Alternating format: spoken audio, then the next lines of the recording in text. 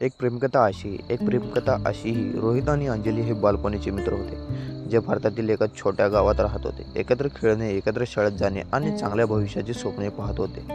ते मोठे झाले होते. जसजसे ते मोठे होत गेले, तसतसे त्यांना जाणवले की त्यांची मैत्री आणखी काहीतरी रूपांतर झाले आहे. ते खूप प्रेमात होते, परंतु त्यांना माहिती होते की त्यांचे कुटुंब काही त्यांच्या नातेसंबंधांना मान्यता देणार नाही. रोहितचे कुटुंब श्रीमंत आणि प्रभावशाली होते, तर अंजलीचे कुटुंब गरीब होते आणि उदरनिर्वाहासाठी धडपडत होते. ते वेगवेगळ्या जातीचे होते आणि त्यांच्या कुटुंबामध्ये पिढ्यानपिढ्या चालणारा कलह होता. या सर्व अडथळ्यांना न जुमानता रोहित आणि अंजली एकत्र राहण्याचा निर्धार केला होता.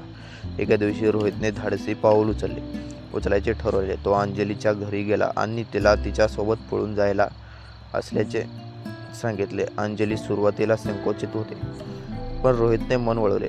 त्याने तिला त्याच्या गावातील बंधने आणि पूर्वग्रहापासून दूर प्रेम आणि आनंदाने भरलेले जीवन देण्याचं वचन दिले.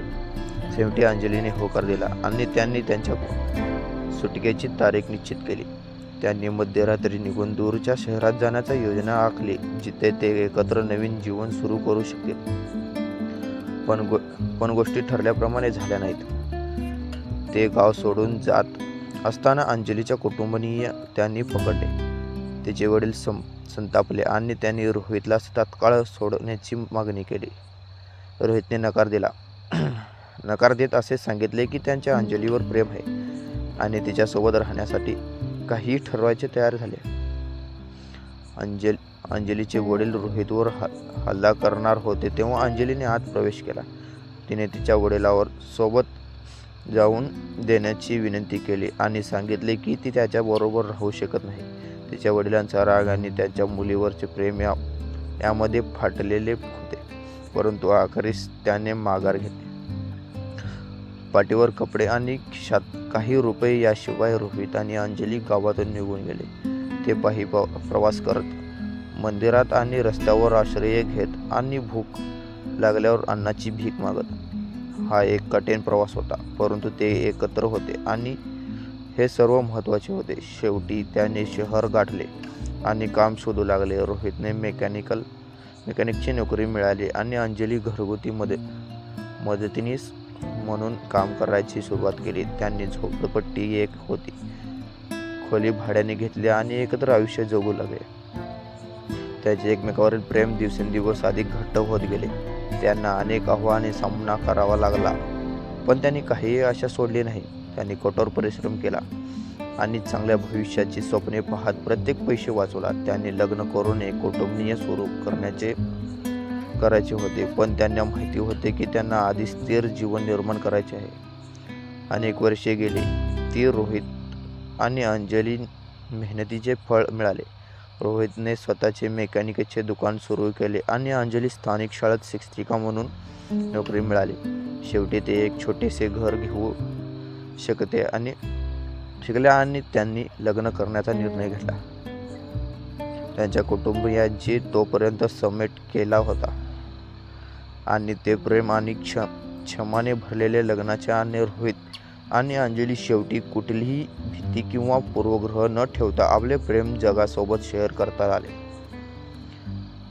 त्यांनी त्यांच्या नवसाची देवाणघेवाण करताच रोहितने अंजलीच्या डोळ्यात पाहिले आणि म्हणाले, काहीही असो, तू तुझ्यावर नेहमी प्रेम करेन. मी रोज सकाळी उठतो आणि रात्री शांत झोपतो, हे कारण तूच आहेस. त्यावर अंजलीने उत्तर दिले, तू माझे जग आहेस, माझे प्रेम आहेस, माझे सर्वस्व आहेस. मी आयुष्यात चांगला जोडीदार मागू शकलो नाही.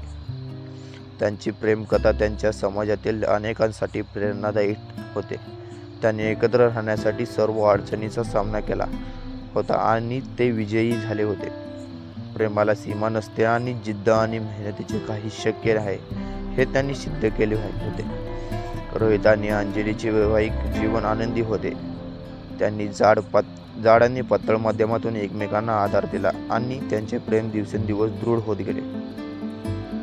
त्यांना दोन मुले, एक मुलगा आणि एक मुलगी होती आणि त्यांनी त्याचे प्रेम आणि काळजी वाढवली. त्यांची मुले त्यांचा अभिमान आणि आणि त्यांनी त्यांच्यापेक्षा चांगले जीवन मिळाले अशी त्यांची इच्छा होती.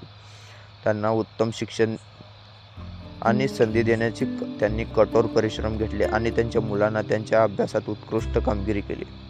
एके दिवशी त्यांचा मुलगा कॉलेजमधून घरी आला आणि त्यांना सांगितले की त्यांचे एका वेगवेगळ्या जातीतील मुलीवर प्रेम झाले आहे. रोहित आणि अंजली थक्क झाले. त्यांनी आपल्या मुलाला नेहमीच सर्व पार्श्वभूमीतून लोकांचा आदर करण्याचे शिकवले होते आणि त्यांना त्यांच्यासारख्या पूर्वग्रस्तांना सामना करावा लागणार नाही अशी आशाही होती. पण त्यांनी माहिती होते की त्यांच्या मुलांचे प्रेम शुद्ध आहे आणि ते त्यांच्या आनंदाने मार्गात उभे राहू इच्छित नव्हते. त्याने त्याला पाठिंबा दिला आणि त्यांच्या मैत्रिणीचे त्यांच्या कुटुंबात खुल्या हाताने स्वागत केले. त्यांच्या मुलीने त्यांच्या पावलावर पाऊल ठेवून वेगवेगळ्या धर्माची मुलाशी लग्न केले होते आणि अंजली त्यांच्या मुलांच्या आणि त्यांना मिळालेल्या प्रेमाचा अभिमान वाटत होता. त्यांना माहिती होते की त्यांच्या प्रवासामुळे त्यांच्या मुलांना अडथळा आणि पूर्वग्रह तोडण्यास मदत झाली आहे आणि त्याबद्दल ते कृतज्ञ आहे. जसे जसे ते मोठे होत गेले तसे तसे रोहित आणि अंजलीला माहिती होते की त्यांच्या एकत्र वेळ मर्यादित आहे. ते एक दीर्घ आणि आनंदी जीवन जगले होते, प्रेमाने आनंदाने भरलेले होते आणि पुढे जे काही येईल त्यासाठी ते तयार होते. त्याच्या 50व्या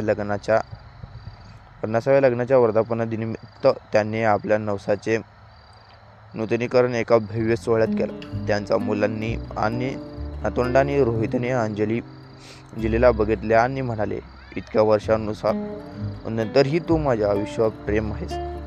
आम्ही एकत्र घालवलेल्या प्रत्येक क्षणाची मी ऋणी आहे. अंजलीने उत्तर दिले, आणि अजूनही तूच आहेस जो माझ्या हृदयाचा ठोका चुकवतो. आम्हाला एकत्र आणण्याबद्दल मी दररोज देवाचे आभार मानते. कोणत्याही अडथळ्यावर मात करण्यासाठी त्यांची प्रेमकथा प्रेमाच्या सामर्थ्य दाखवला होते. प्रेमाला कोणत्याही सीमा, जात, धर्म, कोणताही पूर्वग्रह नसते हे त्यांनी दाखवून दिले होते. त्यांनी त्यांचे जीवन त्यांच्या स्वतःच्या अटीवर प्रेम आणि दृष्टीनिश्चितने जगले होते आणि त्यांनी इतरांनाही ते करण्याची प्रेरणा दिली. सूर्यास्त पाहताना त्यांनी हात धरला. रोहित आणि अंजली माहीत होती की त्यांचे प्रेम कायम राहील. ते गेल्यानंतरही त्यांनी प्रेम, आशा आणि लवचिकतेचा वारसा सोडला होता जो येणाऱ्या पिढ्यांना प्रेरणा देत राहील.